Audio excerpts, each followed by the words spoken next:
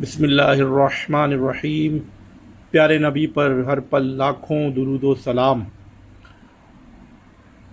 کہا جاتا ہے کہ کسی ملک میں ان کے کسی ایک ڈپارٹمنٹ کی، یعنی کہ گورنمنٹ کے کسی ایک ڈپارٹمنٹ کی جو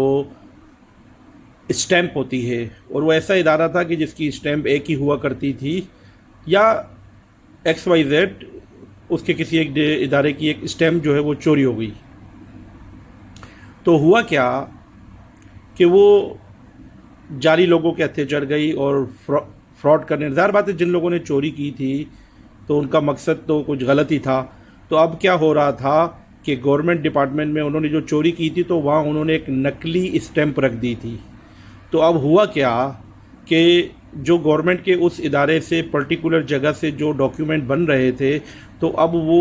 اسٹیمپ لگا کے دیتا تھا گورنمنٹ کا ڈپارٹمنٹ، لیکن وہ ڈاکیومنٹ آگے جا کے پکڑا جاتا تھا، نقلی ہوتا تھا۔ جبکہ جن لوگوں نے یہ چوری کی تھی تو وہ لوگ جو ڈاکیومنٹ اسٹیمپ کر کے دیتے تھے، تو وہ جو ڈاکیومنٹ ہے وہ ویلڈ ہوتا تھا، کیونکہ اس کی اسٹیمپ اصلی تھی۔ تو اس طریقے سے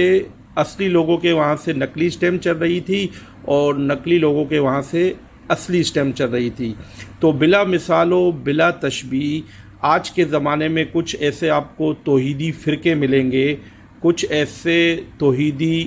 لوگ ملیں گے، توحید کے داعیان ملیں گے، کہ جو آپ کے سامنے چکنی چپڑی اور بہت ہی آپ کو حیران کن کرنے والی، اور بہت ہی آپ کو، اور خاص طور پہ عام بیچارے لوگ کے جن کو دین کا علم نہیں ہوتا، ان کو پریشان کرنے والی باتیں کر کے، اور قرآن کی کچھ ایسی آیتیں سنا کر کہ جن کا مقصد کچھ اور ہے۔ یعنی کہ قرآن مجید تو بحق، بالکل برحق ہے اور قیامت تک تبدیل ہونے والا نہیں، لیکن اس کے معنی مفہوم اپنے انداز سے، اپنے فرقے کے حساب سے الٹا سیدھا خلط ملط کر کے، اور سیاق و سباق کو چھپا کر، اور صرف اپنے فرقے کی